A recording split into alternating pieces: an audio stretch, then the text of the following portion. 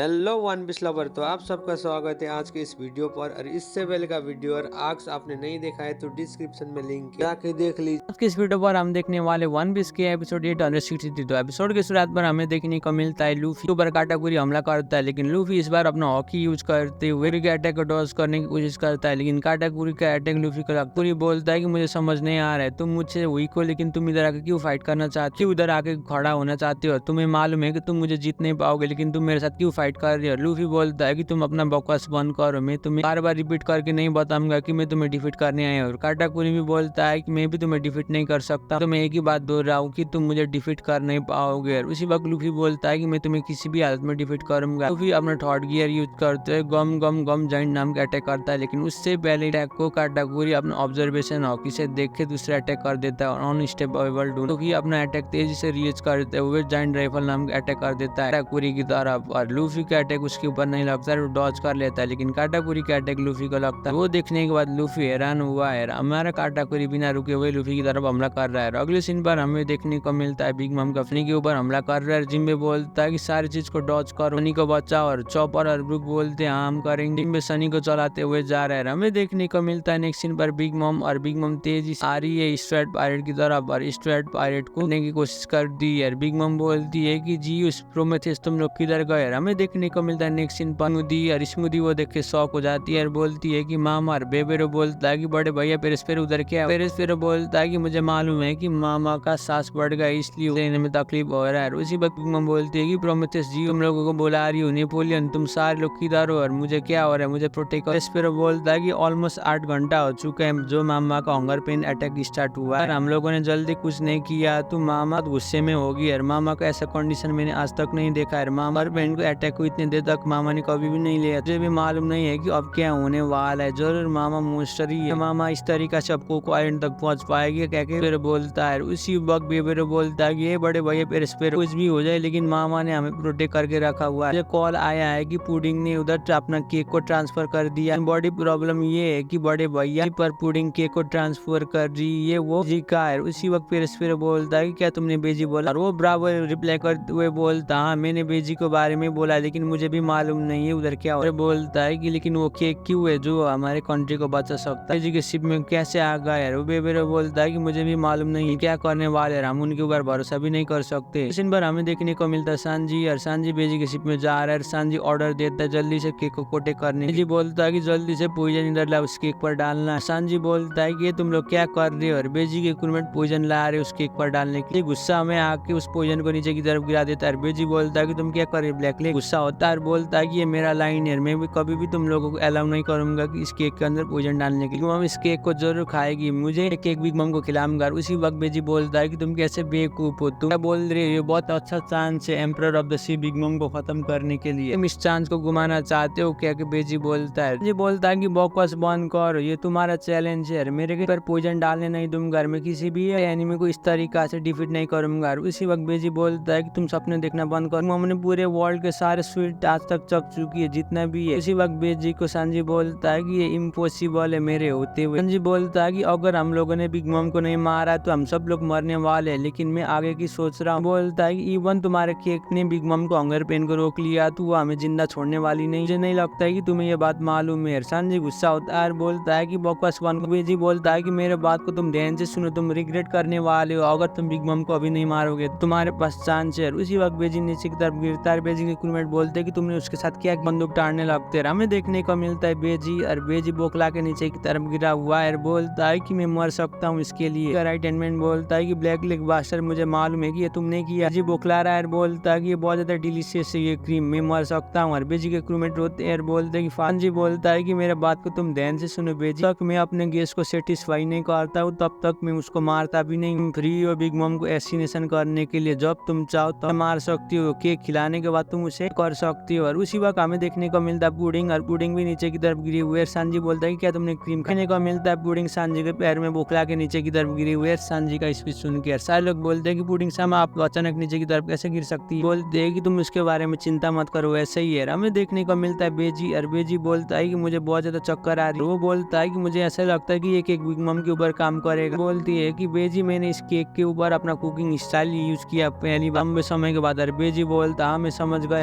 चिफन बोलती है कि तुम मेरे पावर ऑफ स्वीट पर भरोसा कर सकते हो, थोड़ा सा ही बचा हुआ है। चिफन बोलती है कि हम किसी भी हालत में इधर से निकलेंगे। और हमें देखने को मिलता है और बेजी बोलता है कि तुम सबको अलर्ट होके रहना होगा जब तक हम इधर से नहीं निकलेंगे। वक्त बेजी के क्रूमेट बोलते हैं कि चिफन सामा ये शिप भी नीचे की तरफ गिर चुकी है। सांजी बोलता है कि नामिशान तुम्हें सेफ होना होगा। अगले सीन पर हमें देखने को मिलता है प्रोमेथियस और जियूस, और वो लोग बोलते हैं कि हमें जल्द से जल्द जाना होगा। जियूस बोलता है कि हमें किधर जाना है। प्रोमेथियस बोलता है कि हमें स्ट्रेट जाना है। मैं नेपोलियन को सिग्नल को सेंस कर रहा हूँ। बोलता है कि ये तुम्हारी गलती है प्रोमेथियस, तुम्हारी वजह से हम लोग पीछे की तरफ आए और इस बार हम फंस गए क्या। कि जियूस बोलता है। वो सुन के प्रोमेथियस गुस्सा हो जाता है और बोलता है कि तुम्हारी हिम्मत कैसे हुई, जो स्पेशल होमीज है जो मामा के सोल से बने हुए, तुम मामा को बिट्रे कर रहे हो, तुम्हें माफ नहीं करूंगा। जियूस बोलता है कि मुझे माफ कर देना, लेकिन वो थंडर क्लाउन बहुत ज्यादा है। प्रोमेथियस बोलता है कि तुम मेरे बात को ध्यान से सुनो, अब हमें मामा के साथ जाना होगा। को मिलता है डाइफू का फ्लीट नीचे की तरफ गिर चुका है। वो शिप के पेडल पे पकड़े हुए हैं। बोलते हैं कि हम लोग डूबने वाले हैं। जिम्बे भी बोलता है लोग अपने दुश्मन के एनिमी लाइन को तोड़ के जा सकते हैं। उसी वक्त नामी बोलती है कि सी भी रोटेट हो रहा है, हमें जल्द से जल्द करना होगा। ये कैरेट बहुत ज्यादा अमेजिंग बोलती है कि चॉपर हमें इस शिप को किसी भी हालत में प्रोटेक्ट करना होगा। बिग मम के क्रूमेट नॉन स्टॉप हमला कर रहे शिप की तरफ कैनन से। नामी भी अपना थंडर चार्ज नाम का अटैक कर देती है उन कैनन बॉल की तरफ। पर हमें देखने को मिलता है नामी का अटैक होता है। वो अटैक सीधा पायरेट को शिप को डुबा रहा है। वो देखने के बाद नामी भी बहुत ज्यादा खुश हो जाती है। अगले सीन पर हमें देखने को मिलता है कैरेट, और कैरेट अपना सुलंग फोंग में जा रही है, दौड़ते हुए आ रहा है। बोलता है कि कैरेट सन आप बहुत ज्यादा अटैक कर रहे हैं। उसी वक्त सारे बिग मम पायरेट शॉक हो रहे हैं। बोलते हैं कि ये स्केलेटन तो पानी में दौड़ रहा है। बोलता है कि मैं जितने तारीफ करूँ तुम्हारी उतने ही कम है कैरेट सन, इसी तरीके से तुम्हारे साथ आना होगा तुम्हें देखने के लिए। बोलता है हमें देखने को मिलता है उसी ब्रूक अपना लंबा छलांग मारते हुए अटैक कर देता है। वो लोग बोलते हैं कि सोना आ रहा है। बिग मम पायरेट एक एक करके नीचे की तरफ सूर्य है। डाइफुको के साथ चैलेंज कर रही है। उसी वक्त डाइफुको बोलता है कि हमारे कितने शिप बचा हुआ है। बोलती है कि मैं पासिंग आउट हो रही हूँ, इसलिए मुझे जल्द से जल्द रुकना होगा। लेकिन हमें देखने को मिलता है जीनी की रेंज में आ चुकी है। कैरेट जीनी के अटैक को डॉज करते हुए जा रही है। जीनी अपने अटैक से काट रहा है। कैरेट तेजी से जाते हुए बिग मम पायरेट को इलेक्ट्रिक शॉक देते हुए भाग रही है, को भी तोड़ देती है। लेकिन हमारा जीनी बिना रुके हुए एल्टिनो नाम के अटैक कर रहा है। डाइफुको बहुत ज्यादा खतरनाक तरीका से अटैक कर रहा है। नामी भी नॉन स्टॉप रुके हुए बिग मम पायरेट की तरफ हमला कर रही है। बोलती है कि मुझे माफ कर देना पेड्रो, मुझे ऐसा लगता है कि इस बार भी बाकी लोगों के साथ जा नहीं सकूंगी और मुझे ऐसा लगता है कि मैं इधर ही मरने वाली हूँ। सभी मैंने लूफी और बाकी लोग की मदद कर दिया। क्या कि कैरेट बहुत ज्यादा दुखी हो जाता है। बेहोश होकर नीचे की तरफ गिरने वाली होती, लेकिन उसी वक्त ब्रूक आके कैरेट को पकड़ बोलता है कि मेरा पुअर एबिलिटी यूज करते हुए सारे लोग को मैंने शिप में सुला दिया। कैरेट बोलती है कि तुम्हारी हड्डी से मुझे बहुत ज्यादा दर्द हो रहा है। ब्रूक बोलता है कि तुमने ऑलरेडी बहुत सारे काम कर लिए, अब तुम्हें जाना होगा। उसी वक्त वो कैरेट बोलती है कि शुक्रिया जो तुम मेरी मदद करने के लिए। बोलती है कि मैं नॉर्मल फॉर्म में आ सकती हूँ, मैं अपने आँख को मुंह से दूर करूंगी। कैरेट को पूछता है कि तुम कैसे नॉर्मल में टर्न हो रही हो। हमें देखने को मिलता है वहाँ थाउला आती है, वो धीरे धीरे करके अपने सुलंग फॉर्म को जीती है। ब्रूक बोलता है कि तुम बहुत ज्यादा खूबसूरत लगती थी इस फॉर्म में। उसी वक्त नामी भी बोलती है कि कैरेट क्या तुम ठीक है, गले लगाती है। कैरेट अपने नॉर्मल फॉर्म में आ चुकी है। कैरेट बोलती है कि शुक्रिया, बोलती है कि शुक्रिया तुम मुझे बोलना चाहिए क्योंकि तुमने हमारी बहुत ज्यादा मदद किया। और बोलता है कि तुमने बहुत अच्छा काम किया मेरे छोटे कैरेट। और उसी वक्त वो गले लगाती है, वो बेहोश हो जाती है। वो बोलती है कि क्या मैं रह सकती हूँ, मैं मून को देख नहीं सकती और मैं बहुत ज्यादा खुश हूँ तुम लोगों की मदद कर। मैं बोलती है कि अब कुछ तुम सो सकती हो और तुम्हें रेस्ट करने की जरूरत है। कैरेट को बोलती है। उसी वक्त हमें देखने को मिलता है ब्रूक